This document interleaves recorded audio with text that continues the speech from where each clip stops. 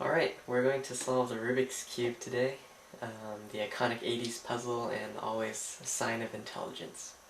So, first things first, we have to introduce the cube. It is a cube, so it has 6 sides, but we have like the white face, the blue face, etc. Rather than think of these as individual stickers, we're going to consider the Rubik's Cube as 3 different types of pieces. So the first piece that we'll discuss is the centerpiece, and so they're in the center, and there are 6 of them, and they only have 1 sticker on them. Okay? The important thing to note about centerpieces is they'll never move relative to one another, and we'll see this in a little bit. The next type of pieces we have are edge pieces, and there are 12 of them. Now, edge pieces have 2 stickers, so this is a edge piece. It has a white and a green sticker. So these 4 are edge pieces, here, here, and then these 4 again. So those are 12. Finally, we have corner pieces, and corner pieces have 3 stickers on them, and there are 8 of them, right? They're at the corners. Alright, so let's see what's behind, what's the magic of this cube. Okay.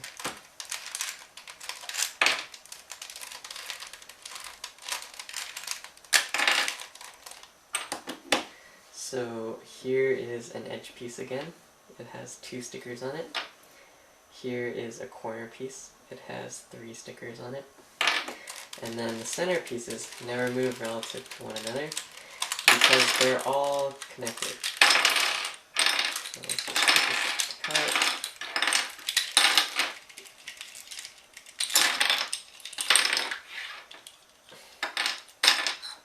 Alright, so this is the core of your Rubik's Cube, and now you know why centerpieces will never move relative to one another.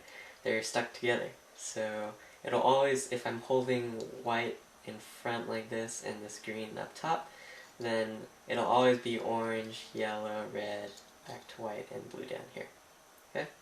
So green and blue are always opposite each other, white and yellow are always opposite each other, orange and red are always opposite each other. So let's put this thing back together. Alright, so now that our cube is put back together, we will discuss the notation for the cube. So, notation is just how people communicate with each other with regard to the cube.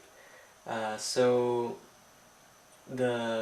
each face has an associated name, so it doesn't matter which way you hold it. So, let's say I hold a cube with green here and yellow on top. Now, this green face, which is in front, we call the front face.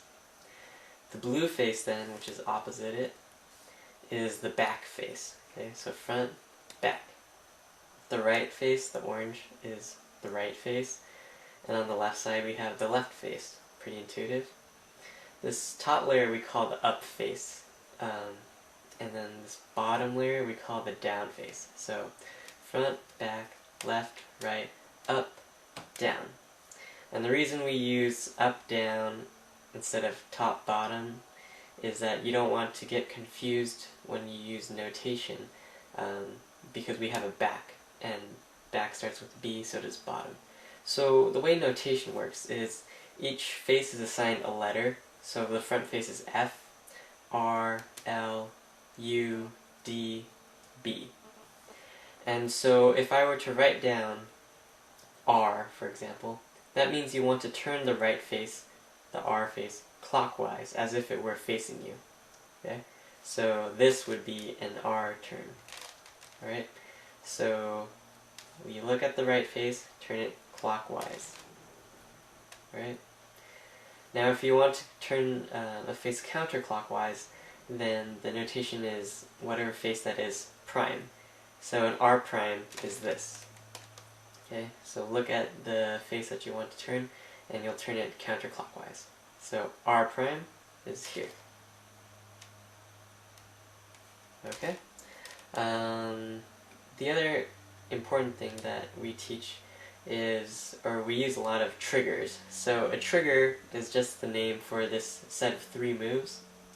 So it's R, U, R prime. So that's what we call a right trigger. So I'll undo that. So R means you turn the right face clockwise, U means you turn the up face clockwise, and then R prime means you turn the right face counterclockwise. Okay, so this is a right trigger. And then you can do the same thing on the left side. But since it's on the left side, if you look at the left side, this is clockwise, right? So to do the same, to mirror this, to do this on the left side, you have to start with an L prime. Okay? So look at your left face, turn it counterclockwise. Alright, so this is an L prime. R, L prime. Okay? So if I wanted to do a left trigger, it would be L prime, U prime, L. Okay? So left trigger, L prime, U prime, L. Alright, so that's all we need to get started, and the next video we'll talk about solving the cross, which is our first step.